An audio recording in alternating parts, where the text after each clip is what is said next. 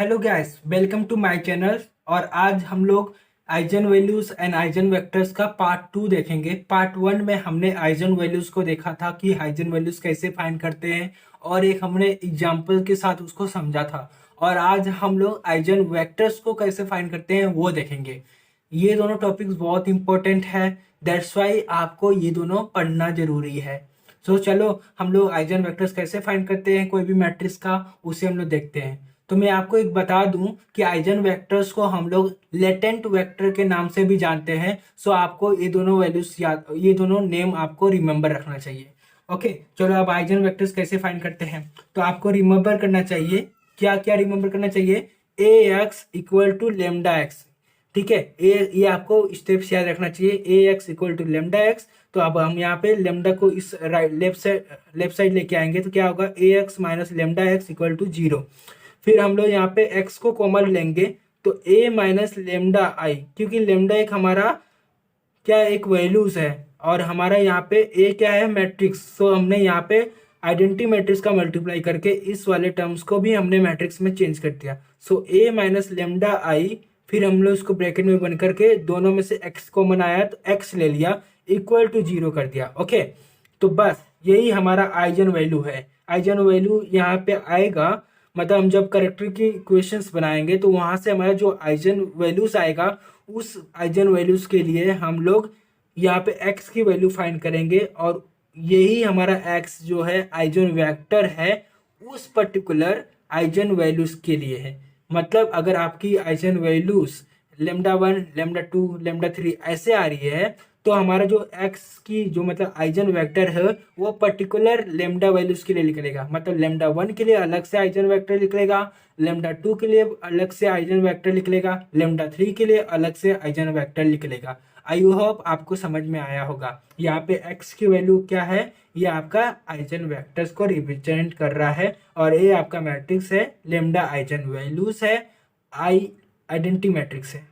बस आप इस इक्वेशंस को रिमेंबर कीजिए, जिसकी वजह से आप आइजन्स वैल्यू के साथ आइजन वेक्टर्स को फाइंड कर सकते हो। ओके, तो अब हम लोग, जैसा मैंने आपको बताया कि लेमडा हर एक एक लेमडा वैल्यूज के लिए आपका अलग अलग से आइजन वेक्टर्स आएगा, जो कि मैंने यहाँ पे लिखा है। ठीक है, तो अब हमारा आइजन वैल्यूज कैसे आएगा। तो आइजन वैल्यूज निकालने के लिए हमने पहले पार्ट में देख लिया है कि करेक्टरिस्टिक इक्वेशन बनाना पड़ेगा, और वहां से हम लोग आइजन वैल्यूज फाइंड करेंगे। जितना साइज होगा उतना आइजन वैल्यू आएगा। फिर हम लोग आइजन वेक्टर्स फाइंड करने के लिए ये वाला इक्वेशन यूज करेंगे, और हर आइजन वैल्यूज के लिए अलग अलग से आइजन वेक्टर्स फाइंड कर लेंगे। आई होप आपको समझ में आया होगा। चलो एक एग्जांपल के साथ हम इसको समझते हैं। मान लो हमारा एक मैट्रिक्स था जिसमें हमारा दो आइजन वैल्यूज आया, तो लेमडा 1 और लेमडा 2 आया। ठीक है, तो अब हम क्या करूंगा, इस वाले जो फॉर्मूला था ना, उस पे मैं सबसे पहले लेमडा 1 की वैल्यू पुट करूंगा, और वहां से लेमडा 1 के लिए उसके पर्टिकुलर्स का आइजन वेक्टर्स लेमडा 1 के लिए निकाल लूंगा। ठीक है, तो अब हम लोग यहाँ पे एक एग्जांपल लेके समझेंगे। ठीक है, सिमिलरली हम लोग लेमडा 2 के लिए आइजन वेक्टर्स यहाँ पे फाइंड करेंगे। आई होप आपको समझ में आया होगा कि आइजन वेक्टर्स जो होता है पर्टिकुलर आइजन वैल्यूज के लिए निकाला जाता है। ठीक है, चलो हम लोग एक एग्जांपल लेते हैं जिसकी वजह से हम लोग को इसका यूज करने आ जाएगा। ओके, तो देखो, find eigen vector of the matrix 1 minus 1 minus 1 1 is और आर। ओके, तो हमें आइजन वेक्टर्स फाइंड करना है इस मैट्रिक्स का। तो हम कैसे फाइंड करेंगे आइजन वेक्टर्स। तो सबसे पहले हमें क्या करना होगा, स्टेप 1 में find the eigen value from the characteristic equation. सबसे पहले हमें आइजन वैल्यूज फाइंड करना होगा। तो आइजन वैल्यूज कैसे फाइंड होगा, तो आइजन वैल्यू फाइंड करने के लिए हमें कैरेक्टरिस्टिक इक्वेशन बनाना पड़ेगा। अब ये कैरेक्टरिस्टिक इक्वेशंस क्या होता है, तो ये हमारा a माइनस लेमडा आई का अगर हम डिटरमिनेंट इक्वल टू 0 कर देंगे, तो उससे हमारा जो लेमडा की वैल्यू आएगी वो हमारा आइजन वैल्यू हो जाएगा। ठीक है, तो चलो हम यहाँ पे a की वैल्यू पुट करते हैं। तो क्या आएगा, 1 माइनस 1 माइनस 1 1, जो कि यहाँ पे है, आप देख सकते हो। फिर माइनस लेमडा आई की वैल्यू लेमडा लेमडा 0 0। जब हम मैं आइडेंटिटी मैट्रिक्स को लेमडा से मल्टीप्लाई करूंगा तो लेमडा लेमडा, क्योंकि वहां पर 1 1 था, जब लेमडा की मल्टीप्लाई हो जाएगा तो लेमडा की वैल्यू आ जाएगी यहाँ पे। अब डिटरमिनेंट लगा के इक्वल टू 0। फिर दूसरा क्या है, हमने इसको जब 1 माइनस किया, यहाँ पे माइनस सिंबल है तो माइनस करूंगा, 1 माइनस लेमडा 1 माइनस लेमडा -1 -0 -1 आ जाएगा, -1 0 -1 आ जाएगा, 1 minus lambda 1 minus lambda equal to 0 कर देंगे। फिर हम जब इसको सोल्व करेंगे, क्योंकि हमें डिटरमिनेंट फाइंड करने आता है, तो इसको जब हम सोल्व करेंगे यहाँ पे, तो हमारा क्या आ जाएगी, आइजन वैल्यू लेमडा 1 की वैल्यू आ जाएगी 0, लेमडा 2 की वैल्यू आएगी 2। क्योंकि यहाँ पे दो आइजन वैल्यू आई है, इसका मतलब क्यों, क्योंकि ये हमारा 2x2 का मैट्रिक्स था, जिसकी वजह से जो number of eigen values depend करता है वो साइज ऑफ मैट्रिक्स पे डिपेंड करता है। तो यहाँ पे 2x2 का मैट्रिक्स है, दैट्स वाई यहाँ पे आइजन वैल्यू भी 2 आई है। इससे हमें पता चलता है कि हमने जो फाइंड किया है आइजन वैल्यूज वो करेक्ट है। ओके, अब हम इसका फर्दर पार्ट देखते हैं।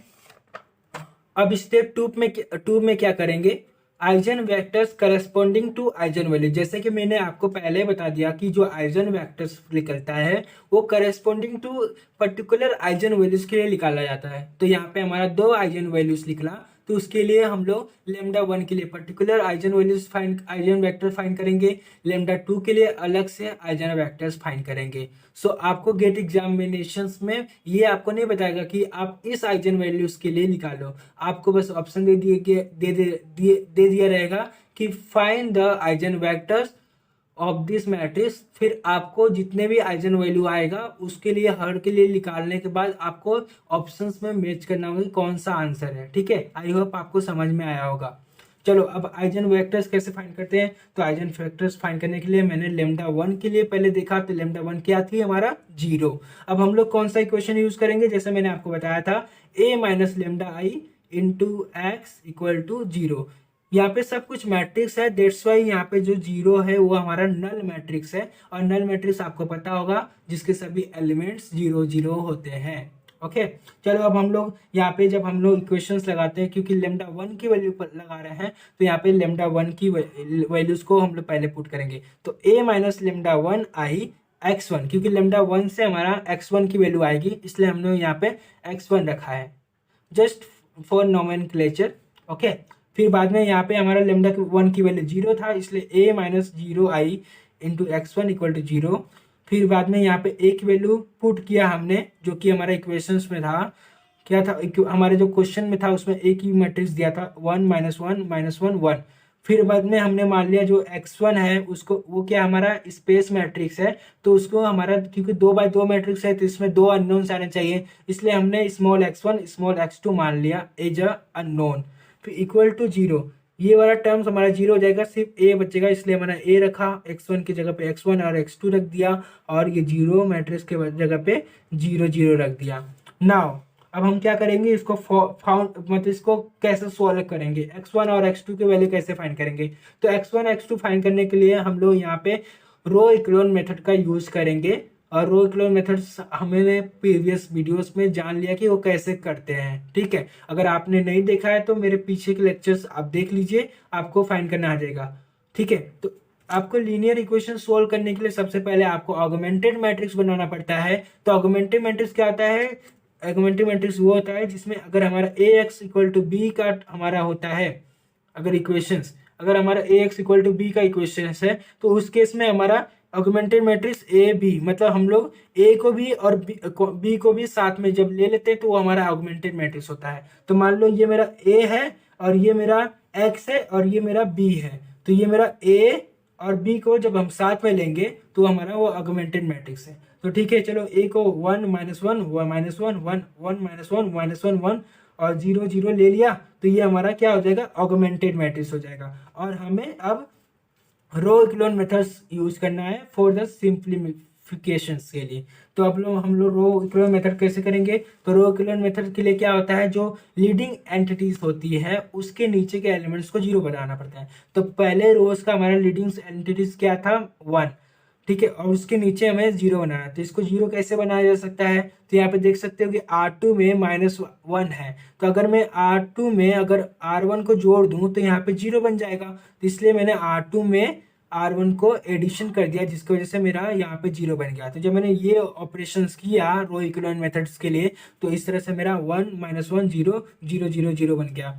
और आपको बताया था मैंने कि जो रैंक ऑफ पर्टिकुलर जो कोफिशिएंट मैट्रिक्स होता है वो कैपिटल आर से डिनोट कर रहा हूँ, तो यहाँ पे आप नंबर ऑफ नॉन जीरो रोज कितने हैं तो 1, तो यहाँ पे 1 आएगा। और जो ऑगमेंटेड मैट्रिक्स जो कि पूरा होल मैट्रिक्स है उसका जो रैंक है वो भी 1 है, क्योंकि नंबर ऑफ नॉन जीरो रोज कितने हैं 1 और बाकी 0 है, तो इसलिए यहाँ पे स्मॉल आर भी 1 आया। तो हमारा कौन सा, और जो हमारा नंबर अननोन्स कितने हैं 2, x1 और x2, तो हमारा कौन सा कंडीशन बन रहा है r equal to small R but less than number of unknowns. इसका मतलब क्या है, ये कि एक कंसिस्टेंस है एंड इनफाइनाइट मेनी सॉल्यूशंस को रखता है। तो अब हम लोग इनफाइनाइट सॉल्यूशंस को सोल्व कैसे करेंगे, तो जो भी हमारा लीडिंग एलिमेंट्स 0 हुआ है ना, जैसे कि मान लो यहाँ पे x1 था और यहाँ पे x2 था, तो ये वाला टर्म्स हमारा 0 हुआ है ना, देखो इसके लीडिंग टर्म्स 0 हुआ है ना x2 का, तो x2 को हमें कुछ मान लेना होगा। तो जैसे मैंने यहाँ पे x2 को हमने मान लिया k, फिर बाद में यहाँ पे क्या है x1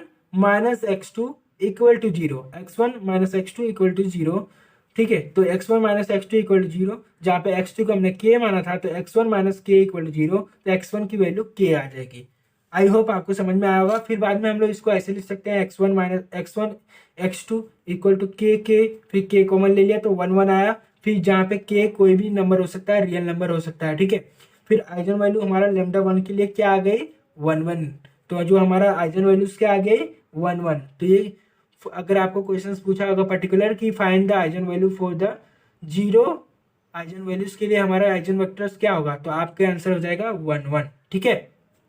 चलो अब करस्पॉन्डिंग टू लेमडा 2 फाइंड करते हैं कि कैसे। प्रोसीजर सब सेम है, अब आपको फटाक से मैं बता देता हूँ लेमडा 2 के लिए कैसे आप फाइंड करोगे, ठीक है।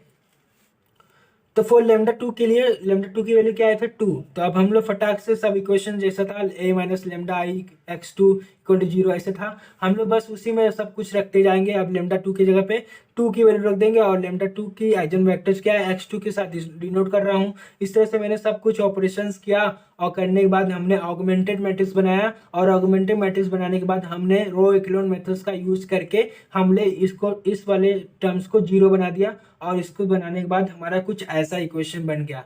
आई होप आपको समझ में आ रहा होगा। मैं ये लेमडा 2 के लिए आपको फटाक से बता रहा हूँ क्योंकि आपने लेमडा 1 के लिए अच्छे से देख लिया है।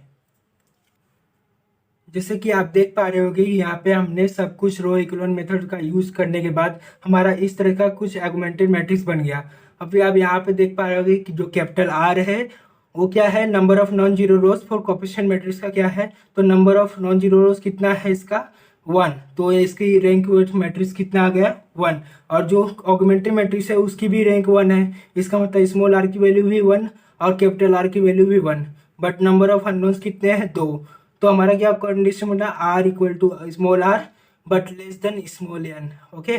तो ये हमारा कौन सा कंडीशन हो गया, consistent and infinite many solutions के कंडीशन बन रहा है। तो उस कंडीशन में जो हमारा लीडिंग एंटिटीज 0 बन रहा है वो लीडिंग एंटिटीज को हम लोग कोई भी कांस्टेंट टर्म्स मान लेंगे। फिर बाद में यहाँ पे हमारा इक्वेशन क्या है minus x1 minus x2 equal to 0, तो हम यहाँ पे हम लोग x2 की वैल्यू k रख देंगे, तो x1 इक्वल टू माइनस के आ जाएगा, तो x1 इक्वल टू माइनस के। फिर हम लोग यहाँ पे x1 और x2 के वैल्यू पुट करेंगे तो माइनस के और के, तो क्या आ जाएगा k कॉमन लूंगा तो -1 एंड 1 आ जाएगा, जहाँ पे k क्या है रियल नंबर है।